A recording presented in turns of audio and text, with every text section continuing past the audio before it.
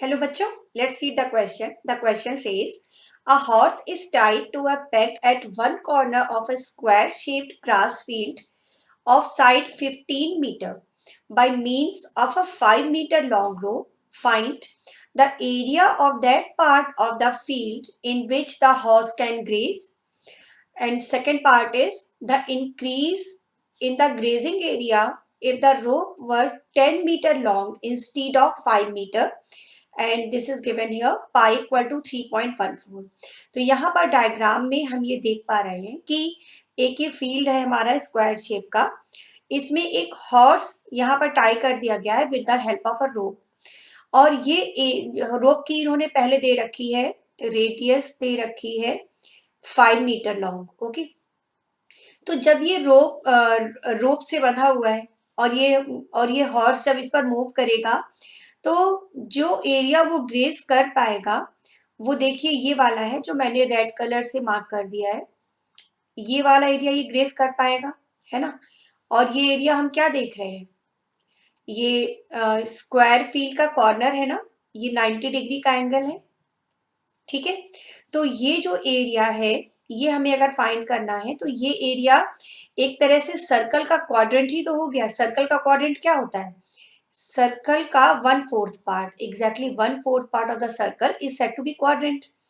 जैसे कि मैंने ये ले लिया, ये 90 का एरिया, ये 90 डिग्री का एंगल है।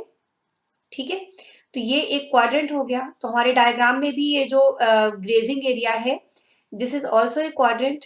तो यहाँ पर हम एरिया ऑफ क्वाड्रेंट का फॉर्मूला अप्लाई कर सकते हैं। ठीक है, तो अब हम क्या करेंगे, यहाँ सबसे पहले तो जो क्वाड्रेंट जो बन रहा है, सर्कुलर क्वाड्रेंट जो बन रहा है, उसका जो उसकी जो रेडियस होगी वो इस रोप की लेंथ के बराबर होगी। और रेडियस कितनी दे रखी है, 5 मीटर लॉन्ग। तो इसको हम लेंथ ऑफ रोप को हम रेडियस की तरह ट्रीट कर सकते हैं, 5 मीटर। ओके, और हमें अब फाइंड क्या करना होगा, हमें फाइंड करना होगा एरिया ऑफ क्वाड्रेंट, वही होगा जो ये हॉर्स ग्रेजिंग कर पाएगा। ओके, तो the area of field, area of field horse can graze, horse can graze, this is as area of quadrant of circle, area of quadrant of circle. और circle का जो क्वाड्रेंट होता है उसका area क्या होगा, सर्कल के एरिया का 1/4 ही तो होगा। So this is 1/4 pi r square. ये फॉर्मूला हो गया, वैल्यूज पुट कर लेते हैं। Then it will be 1/4, pi हमें लेना है 3.14 और रेडियस कितनी लेनी है हमें, 5 metre. Correct. Now this is 1/4 into 3.14 और 5 का स्क्वायर हो जाएगा 25। सिंप्लीफाई कर लेते हैं, 3.14 और 25 को मल्टीप्लाई अगर हम करेंगे it will give 78.5 upon 4 and after division this will give 19.625 metre square. तो ये हमारे फर्स्ट पार्ट का आंसर हो गया कि इतना एरिया हॉर्स ग्रेज कर पाएगा। Okay, 19 metre square, this is the answer of first part.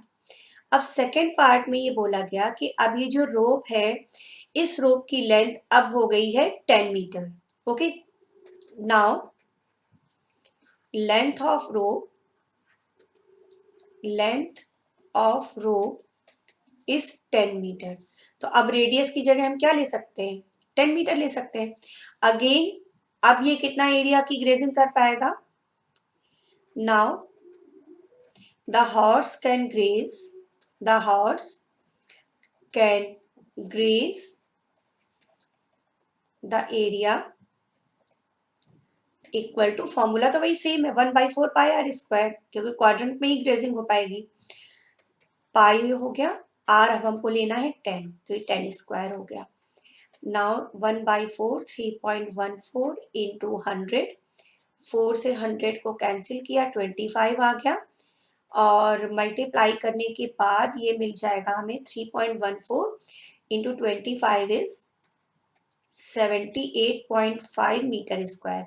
अब ये इतने एरिया में ग्रेजिंग कर पाएगा। हमें फाइंड क्या करना है, इंक्रीज इन एरिया, कि अब और कितना ज्यादा एरिया की ग्रेजिंग वो कर सकता है। तो पहले वो कर पा रहा था 19.625 मीटर स्क्वायर में, अब ग्रेजिंग वो कर पा रहा है 78.5 मीटर स्क्वायर में। तो इंक्रीज कितना हो गया, सब्ट्रैक्ट कर लेते हैं। Okay, so increase in area equal to increase in grazing area.